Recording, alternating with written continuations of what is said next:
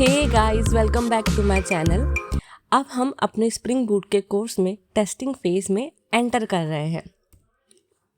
अब तक हमने अपने स्टूडेंट मैनेजमेंट सिस्टम में APIs, validation, exception handling, transactions, JPA, optimistic logging और काफ़ी इंपॉर्टेंट कॉन्सेप्ट्स कवर किए हैं। लेकिन एप्लीकेशन डेवलप करने के बाद एक इम्पॉर्टेंट क्वेश्चन आता है, कैसे वेरीफाई करें कि हमारा कोड करेक्टली काम कर रहा है। फॉर एग्जाम्पल, अगर हमने सर्विस लेयर में कोई मेथड इम्प्लीमेंट की है तो कैसे कंफर्म करें कि वो एक्सपेक्टेड रिजल्ट रिटर्न कर रही है। यहीं पर टेस्टिंग का रोल आता है और इस फेज में हम तीनों इंपॉर्टेंट टॉपिक कवर करेंगे: JUnit 5 and unit testing, Mockito, integration testing. सबसे पहले समझते हैं टेस्टिंग क्या होती है। Testing is the process of verifying that an application works as expected and produces the correct result. Simple line में बोलूँ तो find bugs and verify expected behaviour.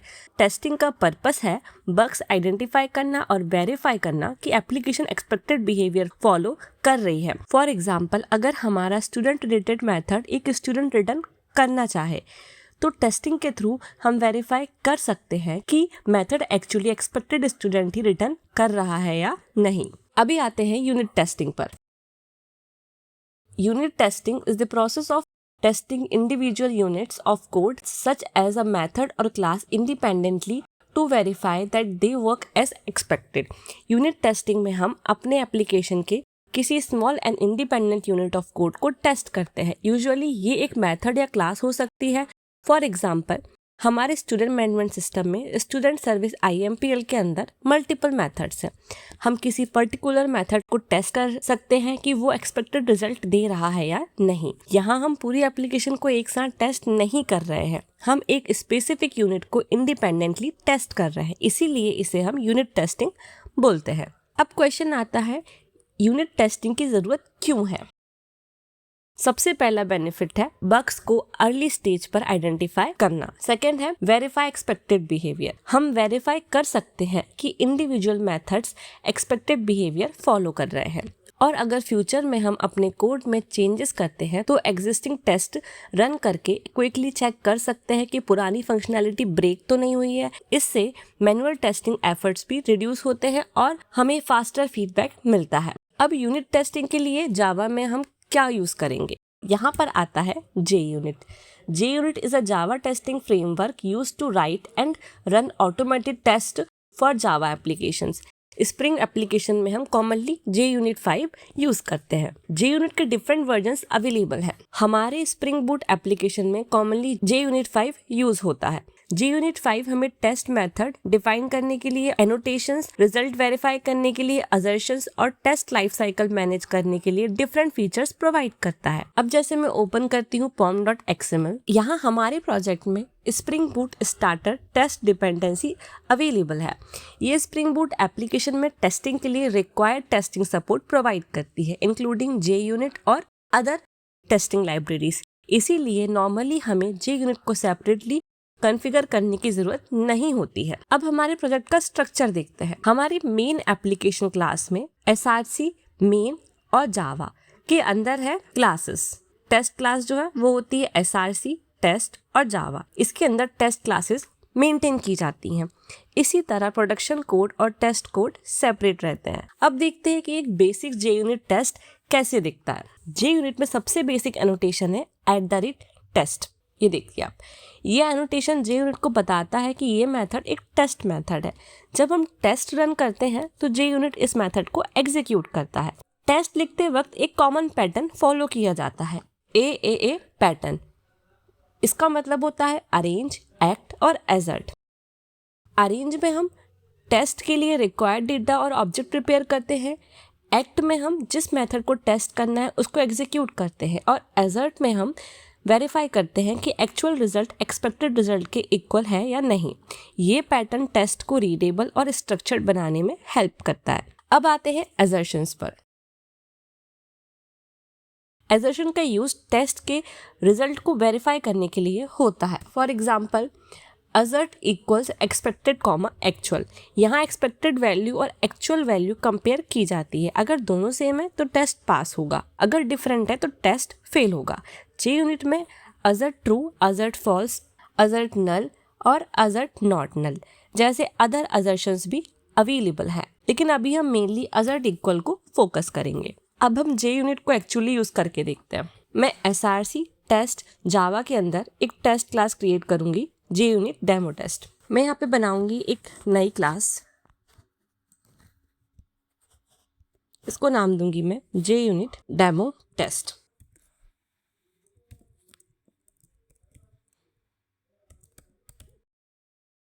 यहाँ पर हम @टेस्ट एनोटेशन के साथ एक टेस्ट मेथड क्रिएट करेंगे। अब हम सेम AAA पैटर्न फॉलो करेंगे। अब मैं यहाँ पर एक मेथड लूंगी, void should return expected result। सबसे पहले लूंगी मैं यहाँ पे अरेंज, इसमें मैं लूंगी लॉन्ग एक्सपेक्टेड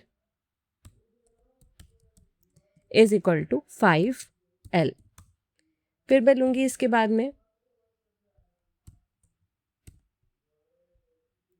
अरेंज के बाद में एक्ट, इसमें लूंगी मैं long actual is equal to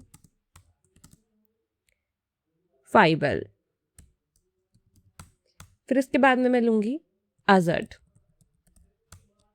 इसमें मैं लूंगी असर्ट इक्वल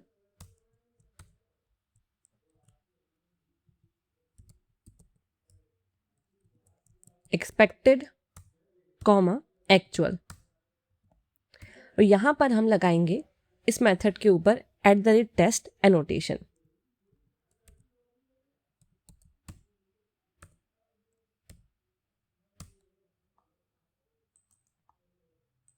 @टेस्ट एनोटेशन के साथ एक टेस्ट मेथड हमने यहाँ पर क्रिएट किया है।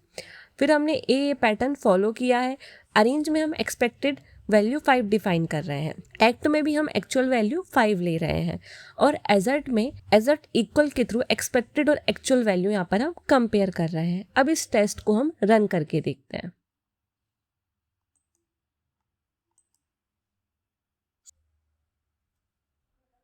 थोड़ा बड़ा कर लेती हूँ इसको मैं।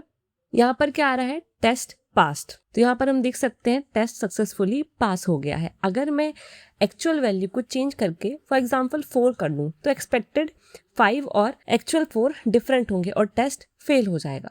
इसे मैं यहाँ पे 4 कर देती हूँ,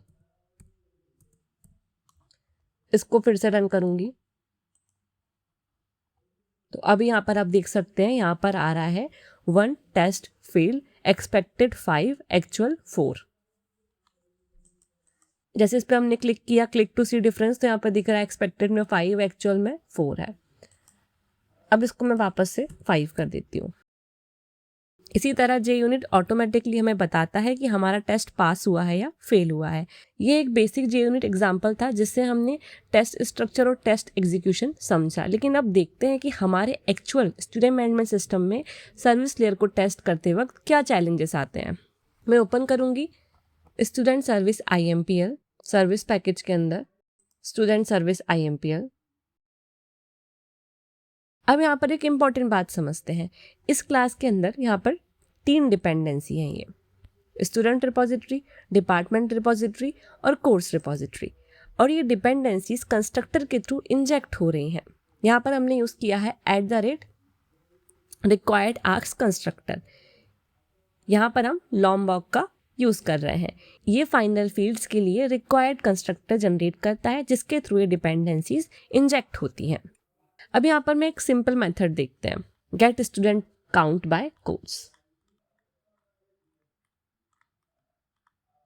यहाँ पर ये मेथड है get student count by course.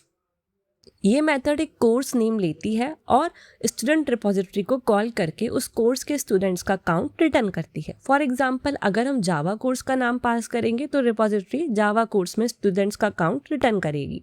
जैसे कि इस मेथड का हम फ्लो समझते हैं। ये रही स्टूडेंट सर्विस IMPL, फिर get student count by course method, ये रिपोजिटरी को कॉल करती है, फिर रिपोजिटरी डेटाबेस से डेटा रिट्राइव करती है। सो ये ओवरऑल इसका फ्लो रहता है। तो यहाँ पर एक इम्पॉर्टेंट प्रॉब्लम आती है, हम get student count by course method का यूनिट टेस्ट लिखना चाहते हैं, लेकिन ये मेथड स्टूडेंट रिपोजिटरी पर डिपेंड करती है। अगर हम टेस्ट के टाइम एक्चुअल रिपोजिटरी यूज़ करेंगे तो रिपोजिटरी डेटाबेस के साथ इंटरेक्ट करेगी और फिर डेटाबेस भी हमारे टेस्ट के पार्ट बन जाएंगे। लेकिन जे यूनिट टेस्टिंग में हम जिस यूनिट को टेस्ट कर रहे हैं उसको इंडिपेंडेंटली टेस्ट करना चाहते हैं, तो हमें रिपोजिटरी डिपेंडेंसी को आइसोलेट करना होगा।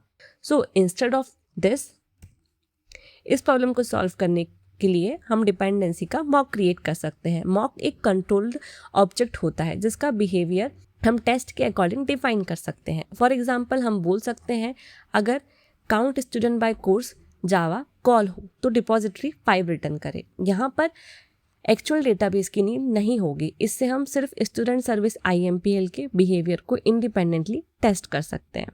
अभी समझते हैं मॉकिटो क्या है। Mockito is a mocking framework used to create and control mock objects for unit testing.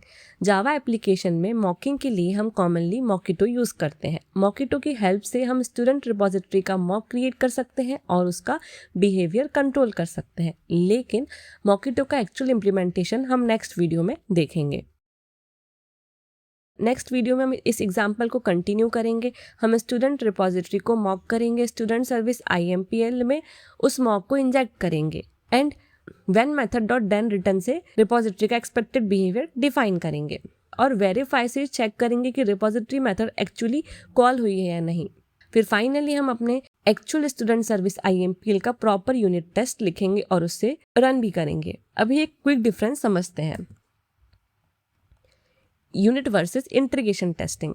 Unit testing में हम इंडिविजुअल यूनिट को इंडिपेंडेंटली टेस्ट करते हैं और डिपेंडेंसीज को आइसोलेट करते हैं, जबकि इंटीग्रेशन टेस्टिंग में हम मल्टीपल कंपोनेंट्स को टुगेदर टेस्ट करते हैं। इंटीग्रेशन टेस्टिंग को हम आगे वीडियो में प्रैक्टिकली कवर करेंगे। यूनिट टेस्ट में हम स्टूडेंट सर्विस की मेथड को टेस्ट करेंगे और इंटीग्रेशन टेस्ट में स्टूडेंट कंट्रोलर, सर्विस और रिपोजिटरी का कंप्लीट इंटरेक्शन टेस्ट करेंगे। इंटीग्रेशन टेस्टिंग में हम मल्टीपल कंपोनेंट्स को टुगेदर टेस्ट करते हैं, फॉर एग्जांपल कंट्रोलर से सर्विस और फिर रिपोजिटरी तक का फ्लो। इसीलिए यूनिट टेस्ट जनरली फास्ट होता है while integration testing comparatively slow हो सकता है। सो आज हमने समझा टेस्टिंग के फंडामेंटल्स। हमने देखा टेस्टिंग क्या है, यूनिट टेस्टिंग क्या है, JUnit 5 क्या है, @टेस्ट एनोटेशन कैसे वर्क करता है, असर्शंस क्या होते हैं और AAA पैटर्न मतलब अरेंज, एक्ट, असर्ट पैटर्न क्या है।